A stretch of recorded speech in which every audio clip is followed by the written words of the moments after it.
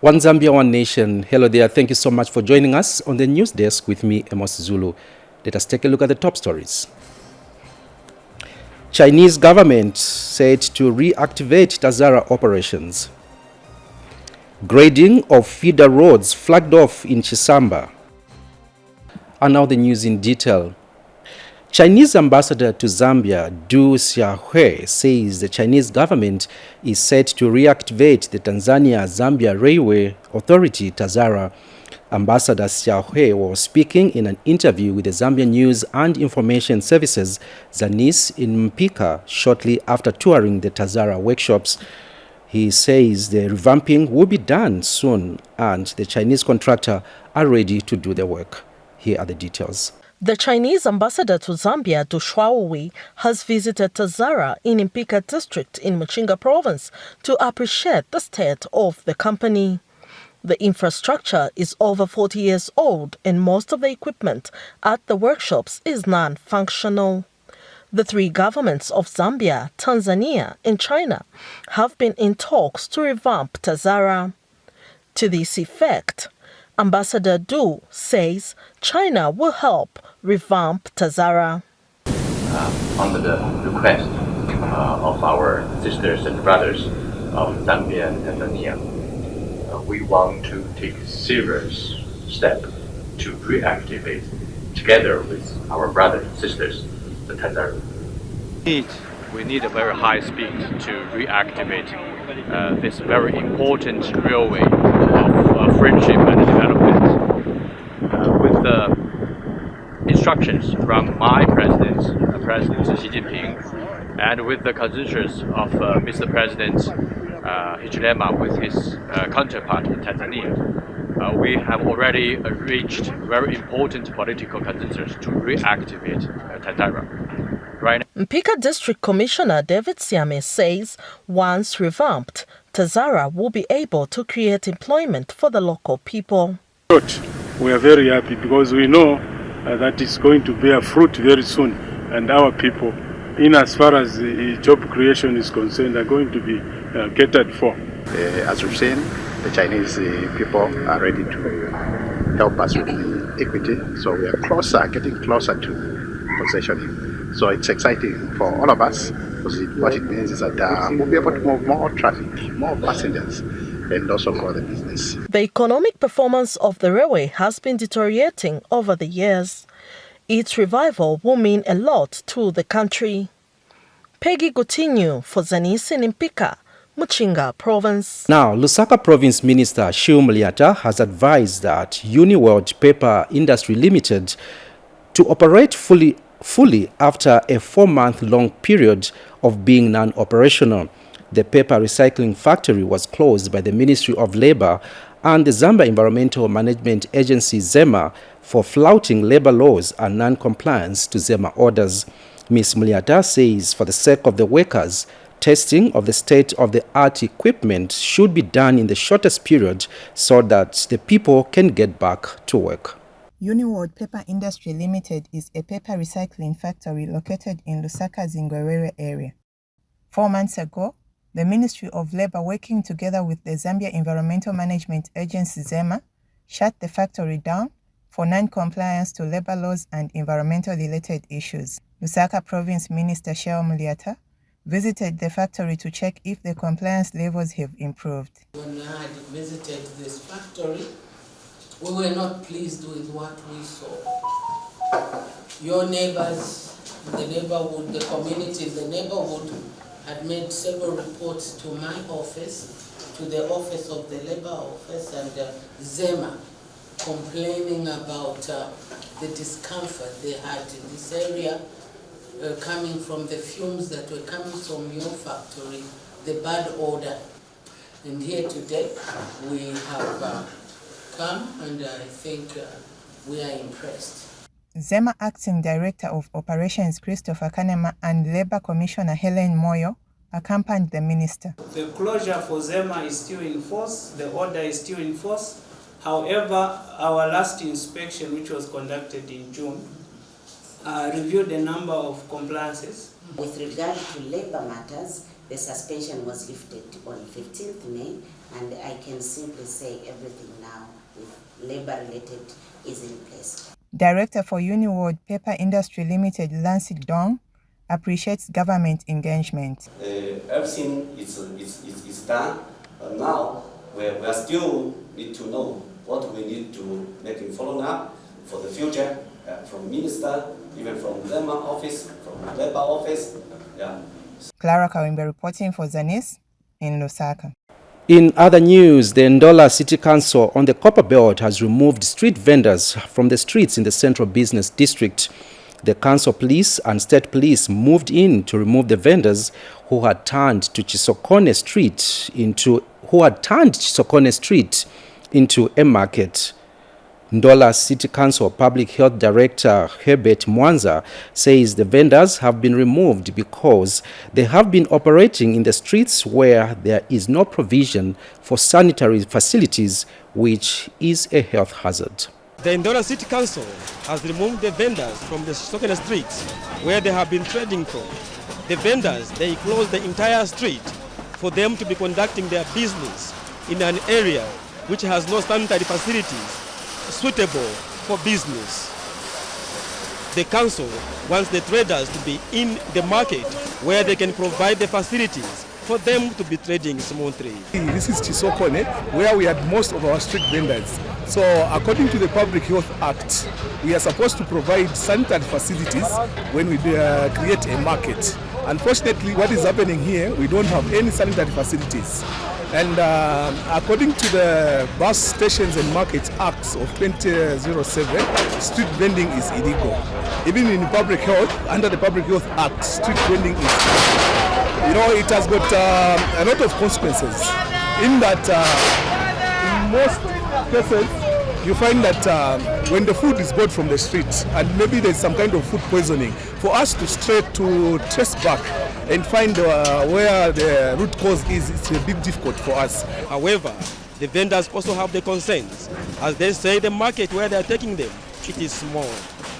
Matters we are appreciating that removing them from the street, but the question is where are they going to go? The main market is too small. This Sokone market is too small.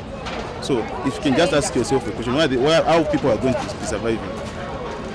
So I can't say it's a bad move, it's a good move, but there are people who are surviving in the street through street vending. So what are they going to do? So my appeal is to the government and the council, please come on board, come and address us, come and tell us where we are going. We are suffering. Most of us, we don't have work. The vendors are busy collecting the remains of what has been destroyed so that they can start their lives once more. This commissioner is also aware about the situation, and he says government doing something to help the traders to find a permanent place. Each and every market which is found here in Ndola, in all the compounds, you find that all marketplaces are deserted.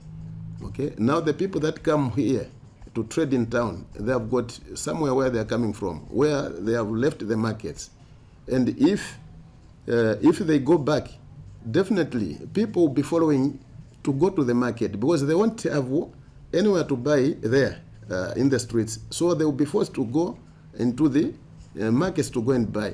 So it's not true that they will lose market. Market will always be there. In a concern, especially in city centers, where most of the roads were blocked and there was no order in conducting the business. The Ndola City Council wants sanity to prevail in the city so that the vendors can have a permanent place which can be better for them to be trading from. Tovini Ngombe, Zanis, Ndola.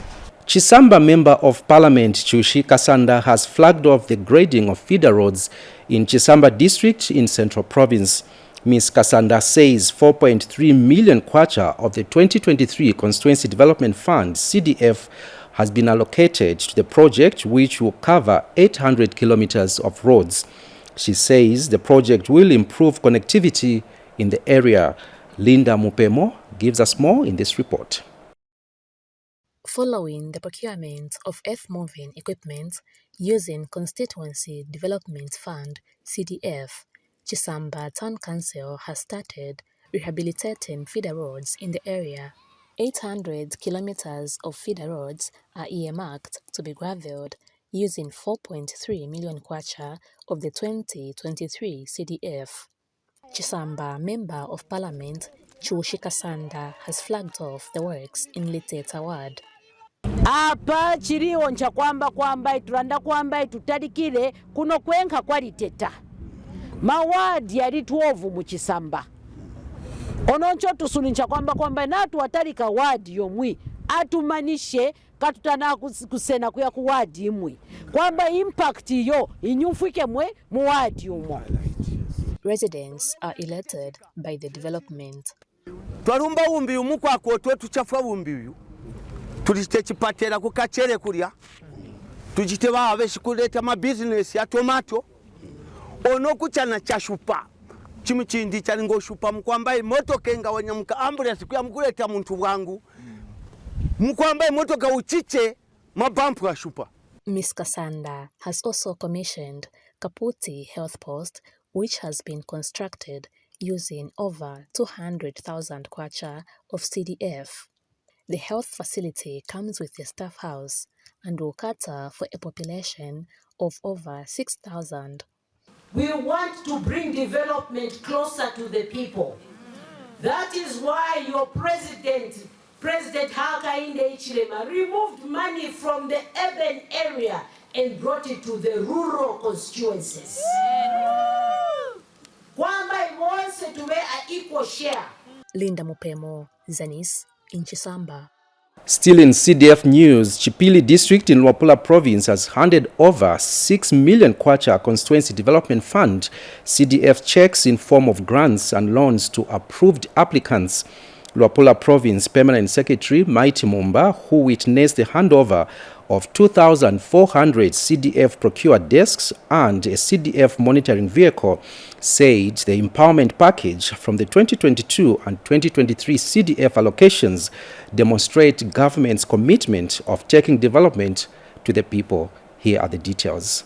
Munganga Primary School in Chipili district of Luapula province was a center of jubilation over a multifaceted empowerment package from the 2022 and 2023 Constituency Development Fund CDF allocation for Chipili constituency. The exuberance from the beneficiaries and spectators was in plain sight as they witnessed a handover of grants, loans, desks, skills development financial support, and secondary school bursaries that had been approved, making a handover which included a CDF monitoring vehicle to the Chipili District Council. Luapula Province Permanent Secretary Mighty Mum shared government's position in relation to the CDF.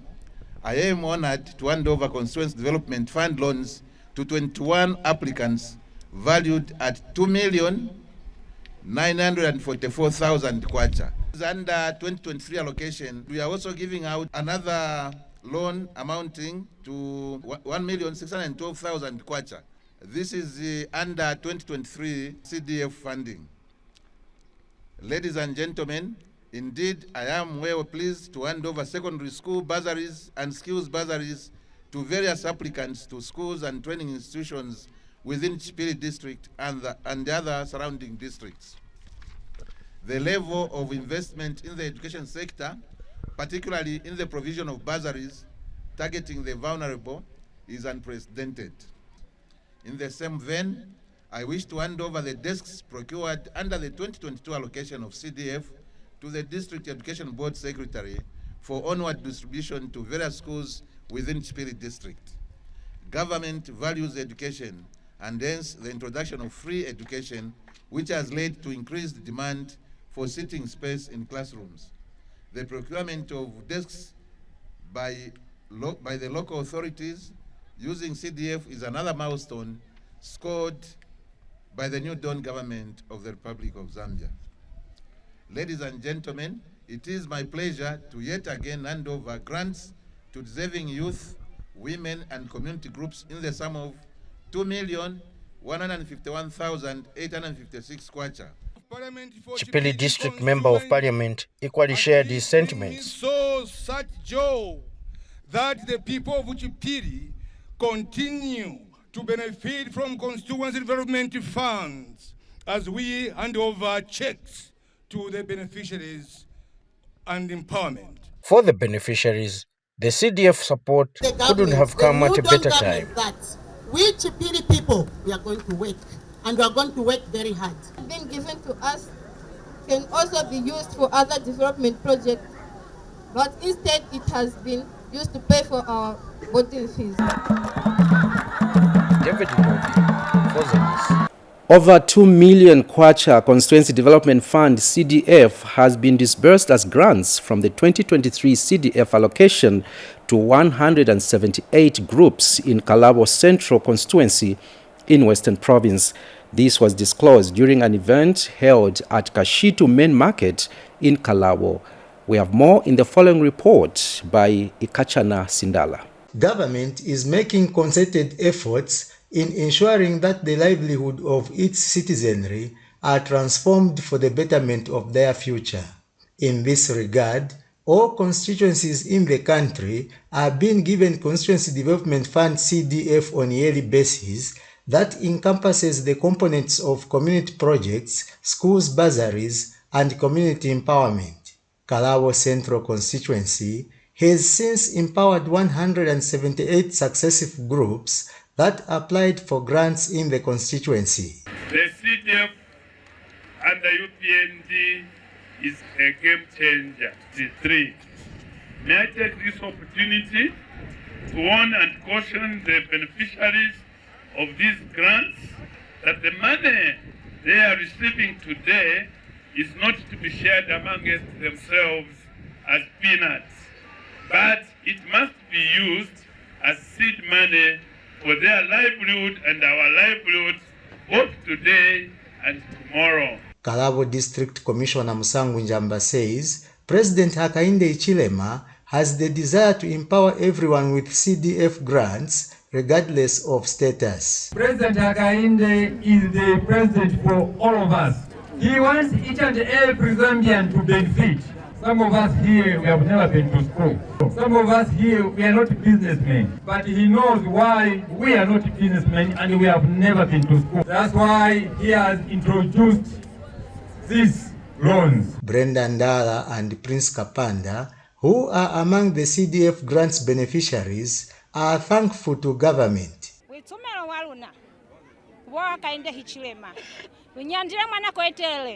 Kono muli mukone kulufangu eto luzusa mwabukova falwa mwezize lwakala kupanga ma business lwaitumela kwa mubuso wa UPND yona New Dawn government kwa mapolices amande etwenyona kwa mubuso wakubona kuli mubotana niyali walitakanyani niena amwele sesi mwela benefiti kwa sifa sanaha.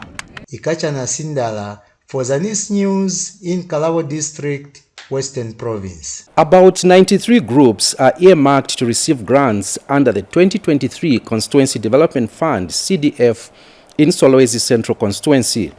Solwezi Municipal Council Social Planner Mahongo Mukuma says the expanded CDF is also promoting agricultural growth and has called on the young people in the district wishing to venture into agriculture to utilize the funds. Take a look. These are the 46 empowerment loan recipients under the Constituency Development Fund CDF in Solwezi Central Constituency. Area Member of Parliament Stafford Mulusa handed over the money to the beneficiary groups. The money is supposed to be paid back on time and according to your loan agreement. Therefore, my appeal to you is that you stick to your business proposals you submitted to the bank, as this is government money which needs to be paid back without fail. Being the first recipients, it will be of great help to set a standard by using the money prudently and be a shining example to those who will follow suit. Solwezi Town Clerk Stanley Mbewe witnessed the handover of the money to the 46 cooperatives in Solwezi Central Constituency. Today we are witnessing what the president had in all those years. He was telling us, vote for me, vote for me, vote for me. For that I would ask for, we clap for him because he's making it a reality. Christian Sachenga, who spoke on behalf of the beneficiary group, Twisambepo Drivers Multipurpose Cooperative had this to say. Ichituda kuzangarara na nichina twiru anatunyamo nuku tunasweje kusakirira ichimuchima wetu chenginawa era netu business yetu tudakwira etudi ma drivers na kuhereri tunagoyana ku either tunawana kulanda motoka era nene tudi chengina proposal kwa tukwiranga kutusumbi. For Zanis in Solwezi District, Northwestern Province, I am Hemit Hachlonde. Other news, Gender Permanent Secretary Mainga Kabika has called on the judiciary in Northern Province to prioritize cases of gender-based violence.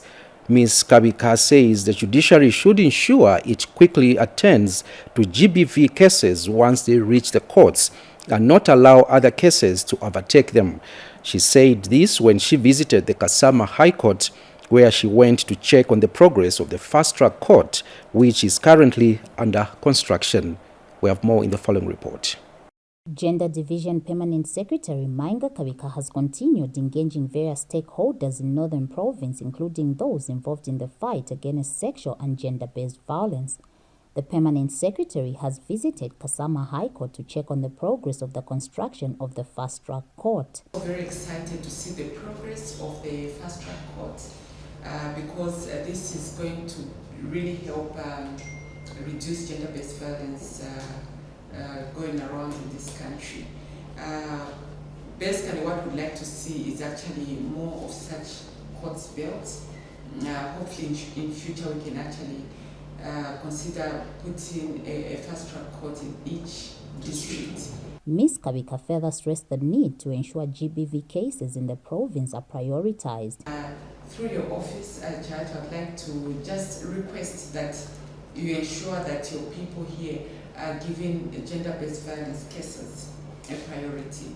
So if a GBV case comes, ensure that everything drops. First, a GBV case gets attended to, and then the other cases can also be attended to. And Kasama High Court resident judge in charge, Matthew Zolo, also shared his sentiment. Sure that this building and the structure that is outside under construction is put to good use and for the purpose that it is intended for. So be assured that we shall achieve the goals and ensure that GBV matters get to be reduced significantly in the province.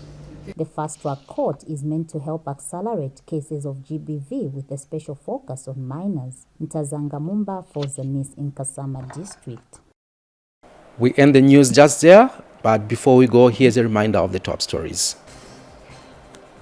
Chinese government said to reactivate Tazara operations. Grading of feeder roads flagged off in Chisamba.